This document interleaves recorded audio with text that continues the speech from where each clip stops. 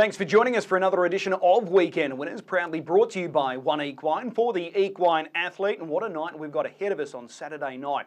It's QBred Triad Finals night. We've got pacers and trotters stepping out, several Group 1 features. It's a star-studded program. There's a lot on offer. Really looking forward to it. The first of 10 races scheduled to start at 5:19. In this edition of Weekend Winners, we're going to catch up with leading drivers Pete McMullen and Shane Graham. Triad night at Albion Park Saturday night. We go straight to the best in Pete McMullen. He's got a good book of drives, as you would expect. This has been a good race night for the stable in recent years, and he's with us now. Pete, appreciate the time. No worries, Chris. This is a special race night, in particular for your stable, and probably more so for the future. Now that you've established Somerset Farms with your wife Chantel, QBred race night is a very important race night. Yeah, definitely. It was, a few years back we sort of decided this is sort of the night that you want to be sort of featuring on, so we sort of elected together Way of the Babies, and so far it's all going quite well, and it keeps expanding, so fingers crossed it's just the beginning. Okay, the first of the Group 1 features Saturday night, 3-year-old colts and geldings. The stable have 3 runners here, Teddy Turpin, Attachment, and Delhi Row. You're driving Attachment. First of all, was it a difficult choice to make of the trio? Yeah, it was tough. Obviously Teddy Turpin had a great draw there. It was tough to pick off him, and and then you've got Attachment and Delhi Row. Both horses are going really well, and I ended up just letting Chantel pick, and obviously she was more than happy to drive Delhi Row, so I was left with Attachment then. Okay, it's an even field, and the barrier draws sort of played its role as well. So no real standout. I think we're looking at Balboa Rock as the early favourite, but it looks really open. Yeah, definitely. These bunch of 3-year-olds have been, very open all the way through their, 2-year-old year and 3-year-old year, and it's hard to find a standout, and it really comes down to the, draw and trip, and unfortunately Saturday we've got some pretty ordinary draws there at the back, but we just got to rely on trip now. Okay, they come out of a recent trial together, Attachment and Delhi Row. Ella Street was in that trial as well. How did you sort of grade your pair, Attachment and Delhi Row? Yeah, we were super happy with the pair of them. It was just the perfect workout, just what they wanted, and it was just to make sure they, they were still on track. Obviously, they came out of the Derby, so they probably didn't race great there, but they're on target for this, so everything's a-okay, hopefully. Okay, are you wanting speed and good pressure throughout in this race? Yeah, I think ideal world it'd be good to have plenty of pace on the front, but. Because if there's not, we're probably going to have to go and create it. So, we'll just have to wait and sort of see and just hope it pans out for us. Okay. Is there one that stands out above all others, in your opinion, for this race, or do you think it is fairly even? Oh, I think it's very even. I think, if the Ella Street turns up, that was at Redcliffe on Derby night there, he'd be definitely hard to beat. But, in recent trials, it was sort of had his measure, so it's sort of, it's hard to get a real good gauge across them all. Okay, just those 3 off the front row. Balboa Rock, no doubt he's going to strip fitter after that defeat last week. Bronski Zulu, the horse that beat him, he was really impressive. He's a horse you know well. And Mullum Hanks on the improve as well. Do you rate those horses? Yeah, actually, Bronski Zulu really caught me eye last week. He's, he's a horse that, early in his career showed a lot of potential, and probably just flattened out. He had a bit of a flat spot there, but, the recent change of stables probably just sort of, sparked up a little bit, and he's got a bit better each week, and last week he was very eye-catching. Okay. Of the trio, is there one over another in your opinion? Is Delhi Row 1 and then Attachment 2, or it just comes down to luck? I do think Delhi Row is probably a better horse. He's probably faster and a little more versatile, but Attachment when he turns up, he's pretty good, but he doesn't always turn up. Okay, well that's the 3-year-old colts and geldings. What about the 3-year-old fillies here, race 4? I think most were probably expecting Everard Riley Rainbow to dominate this division. Barrier draws made it really interesting now. Everard's drawn the inside of the second row, and your filly Riley Rainbow has drawn out. So how do you sort of rate this field? Yeah, obviously I thought the top 4 that went straight through, they were sort of probably the standouts of this division, and the barrier draws have made it interesting, so it'll be interesting to sort of see how it all plays out. We're really happy with our filly, and hopefully she's can get the best trip on the night. So I suppose that's up to me though. Yeah, well, she is the defending champ. She won the 2-year-old final last year. So with barrier 6, in your opinion, can she spear out and lead this field? If we want to, I'm sure she can. She's got blistering gate speed, and not only is she really quick off the gate, but she comes straight back to you and you can put her, back on the bridle very easy. So, it's just a matter of sort of summing up and working out where we want to be in the run. Would you want to be in front? Oh, I'd love to be in front, but if it comes at a high price, or maybe not. Okay. Everard, does that make it a little bit more tricky now that she's drawn the inside of the second row? Yeah, it's probably for us. It's probably if you wanted her to have a gate, it's probably the gate we would have liked her to have. It's probably not her ideal gate, so it probably makes it a little bit easier for us. But obviously, she's a very good filly and rated very highly, so got to really respect her. Okay. With Riley Rainbow, throughout the constellations, were you just a little disappointed with the efforts, or were there excuses? A little bit of both. Redcliffe, I thought her performance was excellent at Redcliffe. Her half was super. Was nearly as good as RB Mickey, and I thought moving forward after that, she was unlucky in the Queensland Sun. I think she ran last, but went the line hard held. The Southeast Oaks, she was wide and probably just a bit plain, but the Queensland Oaks, even though she, on paper looked perfect and she had the perfect trip, her sectionals are really good, and she got beat by some great fillies, so it was probably hard to say she'd go in there and beat those fillies. Okay. Well, that's the 3-year-old fillies. What about the 2-year-old fillies? This looks like it's going to be a very entertaining clash here. Cool and classy, high-quality filly. And your filly just keeps improving each and every time she steps out. They've drawn gates 1 and 8, so Cool and Classy 1. You're directly behind her. Is that A-OK in your opinion, that barrier draw setup? Oh, I suppose we could settle for that. To be honest, I was a little disappointed when the barrier draws come out. Really rate Cool and Classy very high, and once she drew 1, it just looked like it was sort of game over, and no other filly has a chance of winning. But it's a horse race, and anything can happen. So, you just never really know. And I suppose we've got the next best draw following us. So, we're in it, and our filly's getting better all the time. So, I think we've still got a shot. Okay, if you flip the draws and you had 1 Cool and Classy drawn 8, how big of a difference in the mindset would there be? Oh, I think it would have been much better. I think it would have certainly made us think a bit, in the run. But I think it would have made it harder for Cool and Classy to win, which would have definitely given us a better chance. Okay, in your opinion, has she got the speed to lead Cool and Classy? I think so, but we haven't really seen her get burnt too hard early. But she's just such a classic filly, and she seems like she's just got every sort of box tick. So I think she's definitely the horse to beat and clear standout for mine. Okay, if she is in front, do you think there's going to be good consistent pressure, or do you think it becomes a little bit of a walk in the park in that second split? Oh, possibly a bit of a back off through the middle, but I don't think Grant will go too slow with her. I think she's classy enough filly that she can sort of still bowl along and still crack some great sections at the back end of the race. But as she did in the Proto Star, I think her half was better than the winner. So yeah, it's pretty scary. Yeah. How do you rate your filly, though? She's beautifully bred. She's by Captain Treacherous out of Washington Lass. As the season is getting longer, she seems like she's getting better. Is that fair to say? Yeah, we rated her really high early in the year, and she come to the Green Trails there, and she was really impressive, and we're really happy with her. And then she just got sick, and we probably pressed on through the breeders there when she probably wasn't 100%.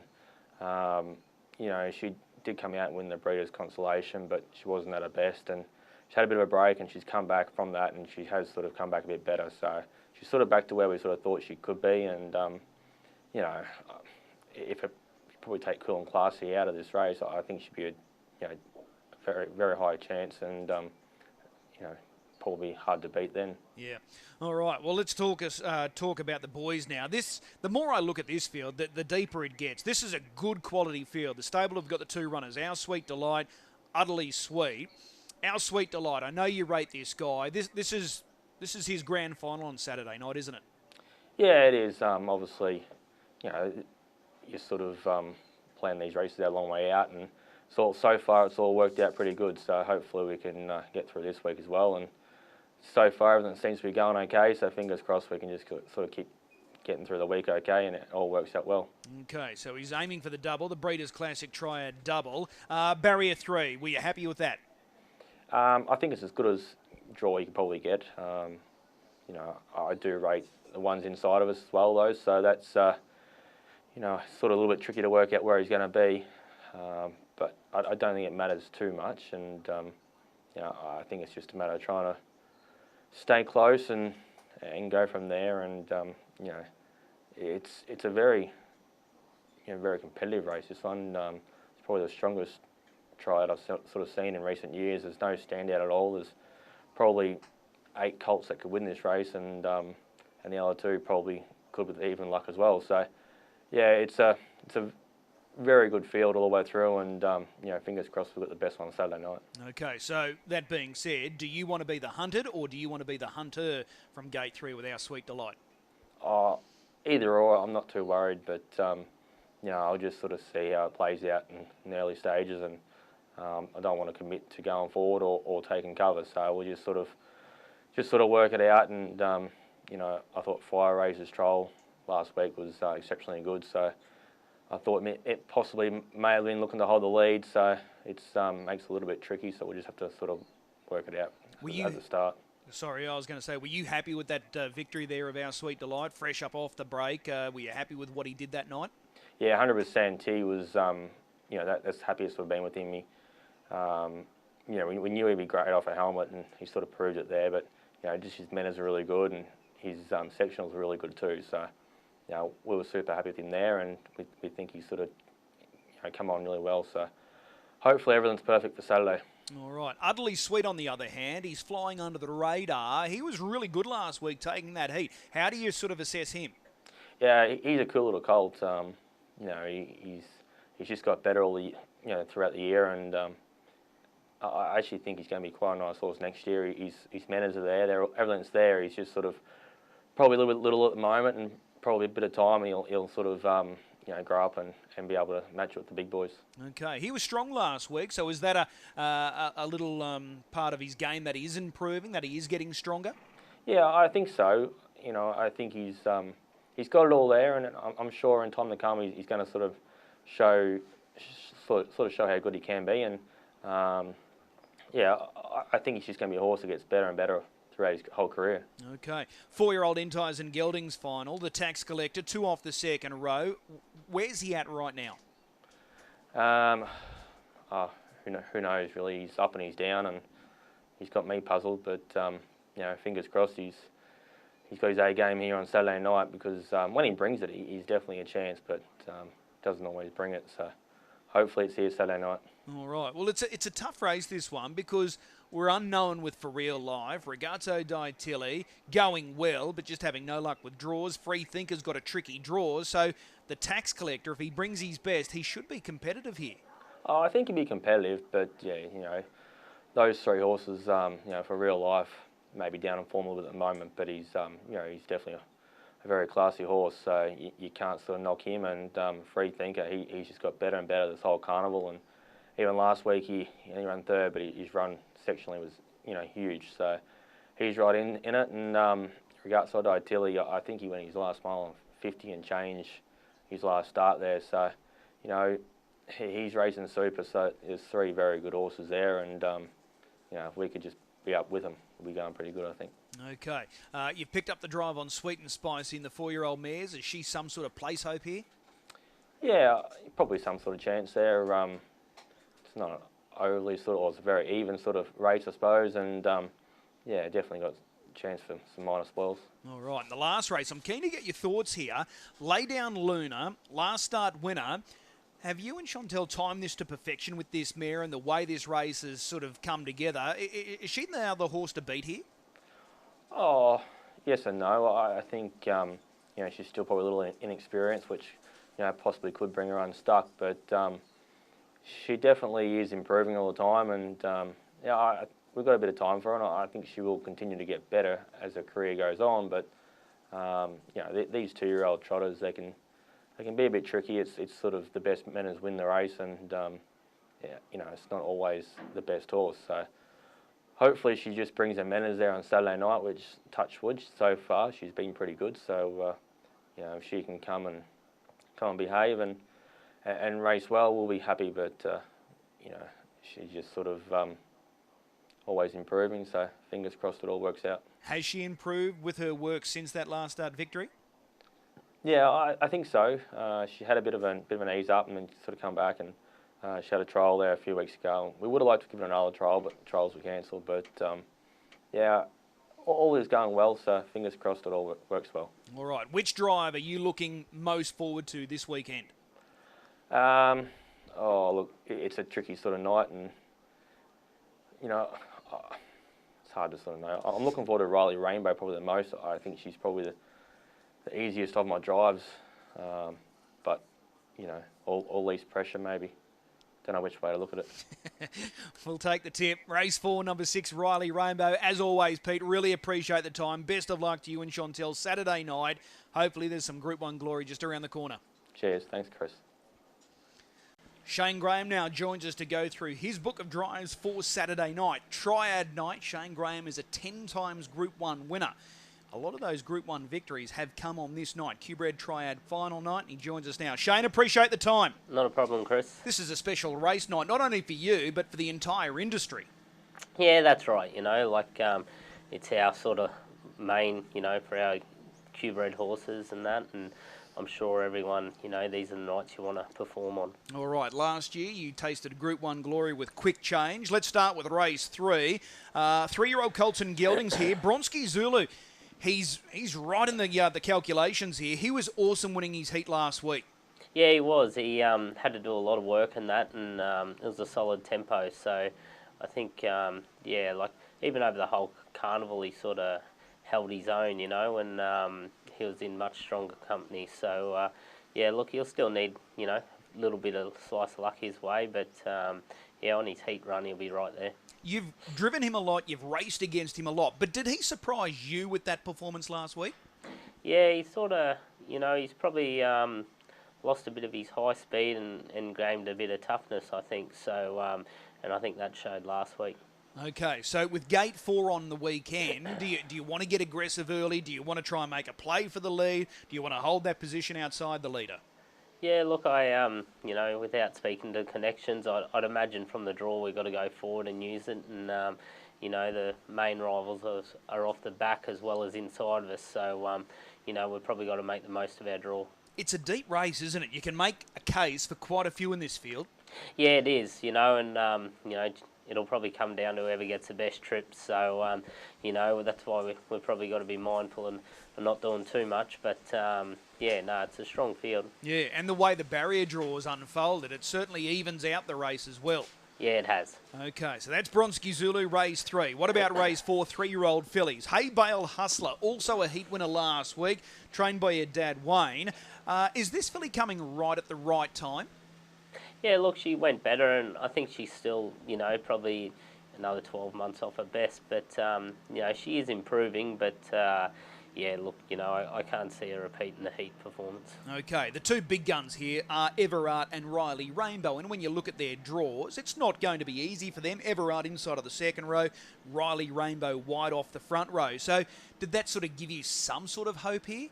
Oh, you know, like probably I would have been happy with one still, but I think those two fillies have got a bit of class, and, you know, even from the draws, you know, if you're beating them home, you'll be going close to winning it, I'd say. Looking at last week's heat here, you were able to ride the pylons with Hay Bale Hustler. Is that an option again with this draw?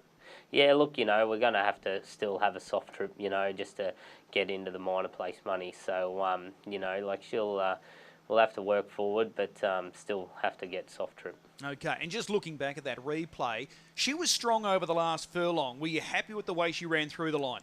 Yeah, look, she was as strong at the finish as what she was probably at the 400.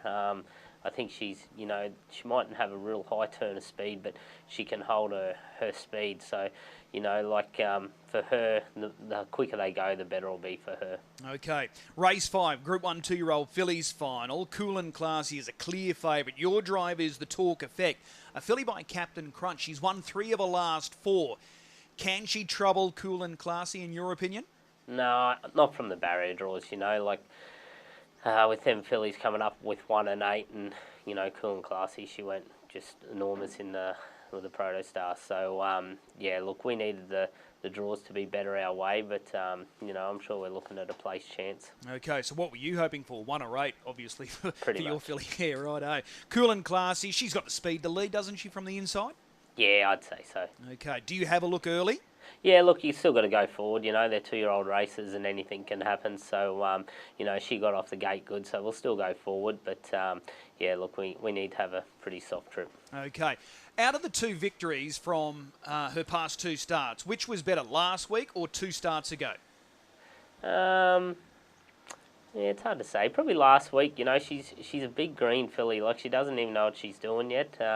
2 starts ago, she was looking all the way down the straight and just forgot to keep racing. So she just got there, and then last week, same thing. She sprinted up nice for the first 200 of the last quarter, but the last 200 she was a bit stargazing and that. So, you know, I don't think the penny's fully dropped with her yet, but she's improving. Okay.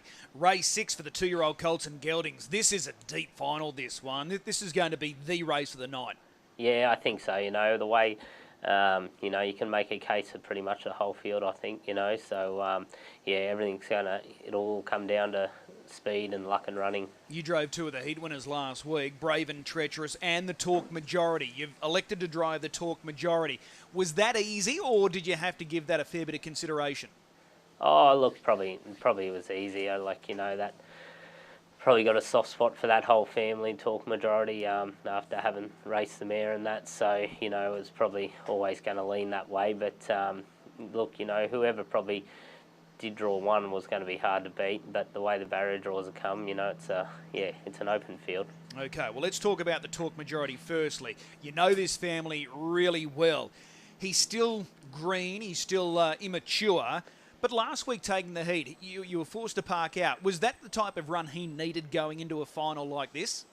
Yeah, look, I don't think it'll knock him about. You know, he's high speed like the whole family, but he's probably got a lot more stamina than the family. So, you know, last week he showed that, and each of his wins, he's done it sort of in different ways. So, he's not like just a one-trick pony. He can, you know, you can drive him to how the race suits. But, yeah, look, I still think he's got, you know, improvement in him. He still doesn't fully know what it's about yet. You know, he's just doing this on his raw ability. Okay, so in any sort of way, shape or form, does that victory last week switch him on a little bit more given how it unfolded? Yeah, look, I think he's, you know, even 2 starts ago compared to last week, you know, he was switched on a bit more. So I'd imagine, you know, that's going to switch him on a little bit more again, hopefully. All right, Brave and Treacherous. He was sharp in his own right last week taking that heat.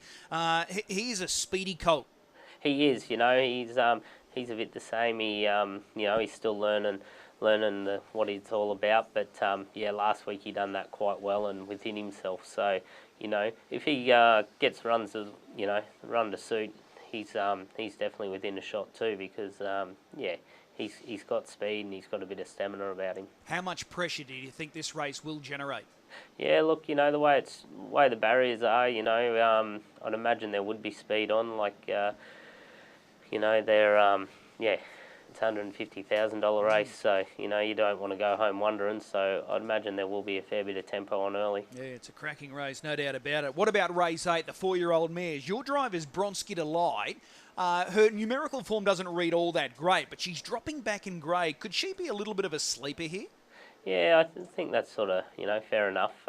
Yeah, she isn't racing out of best. You know, out of best, you'd be quite confident. But, yeah, it probably is a drop down in grade for what she's been racing, probably the last 3 or 4 months. So, you know, generally mares like that, when they do get a drop back, it definitely helps. Yeah, well, just looking at her rating, I think there's only 2 mares rated above her, Jewel Melody and Girl from Rosedale. So, under the rating, she's right in here. Yeah, that's right. You know, like you said, you know, there's probably, you know, 3 or 4 chances in it, but yeah, at her best, she's right up there. All right, race 9, 3-year-old trotting final, Phoenix Red up from Victoria. Looked good in a recent trial. What did you feel in that trial? Yeah, look, he done it quite well. He's the same. I don't think he's really, you know, that was the first time he'd seen the tape, and touch wood, he seemed to handle it quite well, but, you know, they are trotters, so, but, yeah, he looks like, yeah, if he holds it together at the start, he could run a cheeky race. Okay, the clear favourite is My Alderman Sonny. He won the recent Derby during the Carnival. If you land behind him, is he a really solid place hope? Yeah, I think so, you know, like the favourite's probably in the same boat, you know. He's only seen the tape once too, so, you know, it all comes down to the start, this race pretty much, really. All right, in the last race, 2-year-old trotting final, Monterey Lass, 4 starts. She's been placed in all 4. She got the win last time out. How much confidence does she get from that victory? Yeah, look, I think, you know, you can probably see most starts she's improved, so she's still on the way up and still improving, you know. Probably the only downside is so's half the field, really. They're all on the way up, seem to be going better every time they go out. So, yeah, look, touch wood at this stage, she stepped away and done everything right. So if she can just do that again, you know, manners seem to win these races. Has she trained on since that last start victory? Yeah, she has, you know. She'll, yeah, I think she'll go a little bit better again like she's done each start. All right, it's a good book of drives for you on the weekend. Which one are you most looking forward to? Yeah, look, it's, yeah, we'll say Bronski Zulu. Hopefully he starts the night off on a good note. All right, race 3, number 4, Bronski Zulu. Shane, as always, appreciate the time and we'll see you trackside. No worries, thank you. A big thanks to both Pete and Shane, wishing the guys the very best of luck as they chase Group 1 glory, like many others on Saturday night. So it's a special night this Saturday night, starting at 5:19. Now, as far as a best bet is concerned, I think a lot of those Q-Bred Triad finals are quite difficult. There's a few where there's short price favourites, Cool and Classy, My Alderman Sonny. The other races look really difficult, so I'm going to strike early. Race 1, number 9, Royal Cruiser. Now, this is a 3-year-old that's in good form, aiming for the hat-trick of victories. He's set to return back into Sydney next week. He's got the Breeders' Challenge Series coming up down there, and he can return in good form. I see no reason why he can't win again. Second row draw, not ideal, but he's going really well. He's got good confidence. Stick with him. Race 1, number 9, Royal Cruiser, marking him as the best bet for trainer-driver Bernie Hewitt. We'll see everyone trackside Saturday night. Remember, if you are gambling this weekend, please do so responsibly. The first of 10 Triad night, just after 5 o'clock.